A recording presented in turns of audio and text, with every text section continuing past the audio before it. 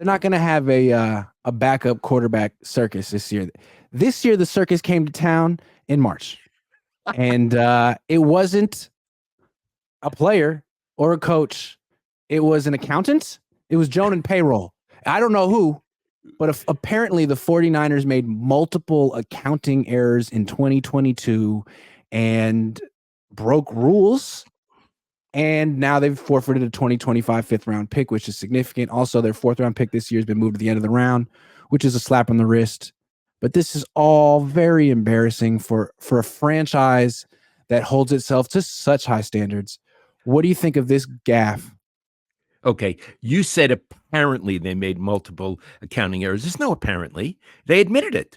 They did it. The league has fined them. There's no apparently. They screwed up in 2022. Well, this is first of all, so we got rid of the backup quarterback circus, but now we got the accounting circus and losing a draft pick. Okay, so which is it's Barnum and Bailey all on its own. The first thing I want to say is I did not see the news release they sent out, the Niners, but Iggy read it to me. And it said, the usual blah, blah. Here, hold on. I'll read it. It's two sentences. You got to stay back a little. Okay. Can you hear me? Yeah, but you got to stay back a little. Okay. Am I staying back? Because when you get close, it cuts out. Okay. Is this too close? It's way too close. Okay. You got to get back. Okay. Is this good? See. No, you got to get back more. I'm back. How about here? That's better. But not great. It's better. Okay. It's what they said in a written statement. We take responsibility and accept the imposed discipline from the NFL due to a clerical payroll error. At no time did we mislead or otherwise deceive the league or gain a competitive advantage in connection with the payroll mistake. End quote. Okay, Iggy, you were breaking up when you read that. I'm telling you, you need to lead back a little bit. It doesn't have to do with where I'm leaning, Dad. It's when I open more tabs, my computer gets overloaded. That's what happened. Okay, so then don't open too many tabs. Well, I had to read that. Sorry. Okay, so here's the deal. What it said was we take full responsibility. Did it say we take full responsibility? Uh-huh. Okay. What I find interesting about that is no one signed his name to it. So how do you take full responsibility if no one signs his name? No one stood behind the statement. I mean, Jed York could have signed it. Parag Marathe could have signed it. Even John Lynch could have signed it, not the coach. I don't think he's involved at all. And I really don't think John is involved either. But how do you take full responsibility and not take full responsibility at the same time? That's really tricky. And they managed it. So it kind of gives me a giggle that they gave and took away in the same motion. Also, it's a very indignant apology. Like, we accept the discipline, but we didn't mislead. At no time did we mislead or otherwise deceive the league or gain a competitive advantage. Well, then why did they fine you? I mean, why did they penalize you? It seemed like you did create a competitive advantage, and that's why you're in trouble. So it's like, yeah, we got in trouble, and we accept it because we're tough.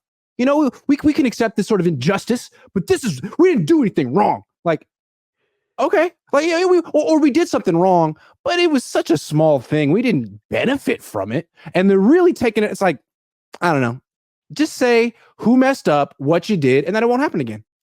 Yeah, I mean, look, let's give them the benefit of the doubt. They made a clerical error. That's up. There's a lot of this we don't know. Let's give them the benefit of the doubt. They made a clerical error. Someone needs to get fired. They need to explain. Someone needs to get fired. But Iggy, there's something even better about this. Yeah. And it's the chutzpah. I got to tell you, chutzpah in Yiddish is nerve. It's nerve to the nth degree, okay? You got a lot of nerve. You got a lot of chutzpah. A few years ago, the resident genius of the 49ers, Parag Marathe, who also runs Leeds United over in Great Britain. I mean, he's so good, he can also do a soccer team. He came out and he called the old bunch, Bill Walsh and that bunch, John McVay, that they ran a lemonade stand, Iggy? Mhm. Okay. They ran a lemonade stand. These geniuses, they're not running a lemonade stand. They're like Dell and they're like Apple. They're down in Silicon Valley. Well, I never heard that the lemonade stand people lost a draft pick uh, for for doing things maybe by mistake. I'm sticking with the lemonade stand, and I think these guys got a lot of chutzpah. Parag, most certainly, to condescend and put down an organization that won 5 Super Bowls, and these guys can't get locked up. Mhm. So, and it's almost like the gods. The gods said, "You have hubris. We're going to smack you down," and Uh-huh. that's what it feels like to me, Iggy. Yeah. And it's like a lot of people in this organization got smacked down by the football gods after losing the Super Bowl. George Kittle got it bad. Kyle Shanahan got it bad. And now Parag Marathe has some coming his way too. My goodness, because if you think about it, this happened in 2022. He made that lemonade stand statement in 2023. So he was condescending to Carmen Policy and Eddie DeBartolo after making the mistake and not knowing it. Right. It's just too Now, good.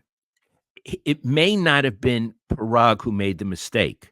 It may have been one of his subordinates, Sure. but he's in charge of the sort of the business operation. I mean, he should have known.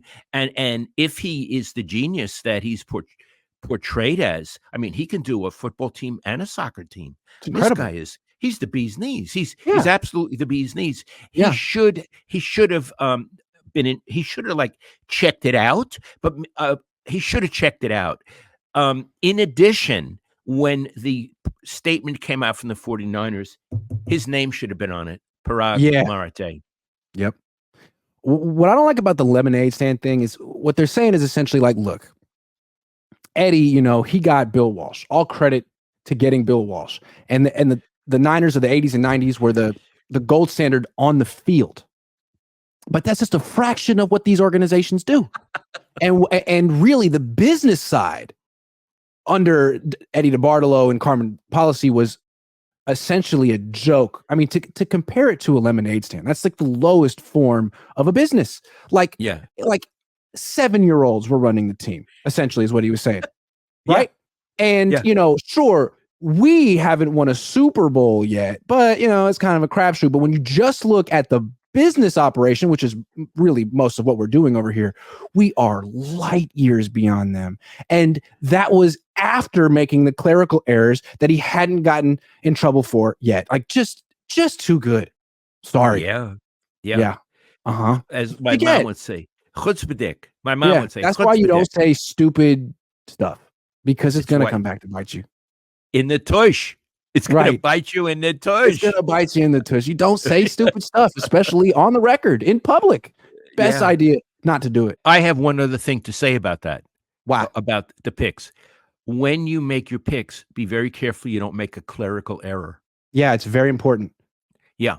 Right. Don't pull a Parag or a Jed or a 49ers in general. You got to double check. Yeah. Dad, what do you think the Niners need to not make a clerical error in the future? Like, what could we give them as quality control experts to sort of make sure this doesn't happen again? Yeah. I think they need to hire somebody, it could be a man or a woman for sure, with a calculator, or a little pocket in your pocket calculator, a little one of those, and tell that person to count. Say, I like that. Check the numbers.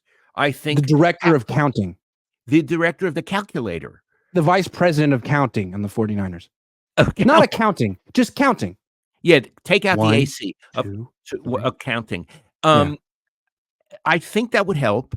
Yeah. How much would you pay the vice president of counting? Well, I think this person would have to, it's clearly, this person should be number 2 in the organization. Go Jed, vice president of accounting, and then Parag. This person needs a ton of oversight and power. Okay, so I'd say at least $250,000 and the calculator. Right. How much do those little pocket calculators cost? Oh, they can be about $20. I think the Niners need a nice one though, like one of those. Let's get them a nice calculator so they make sure really they can graph it. They can do anything they need. Like the super calculator. Super calculator, yes. Yeah. So this never happens again. No. Okay. I'm glad we helped.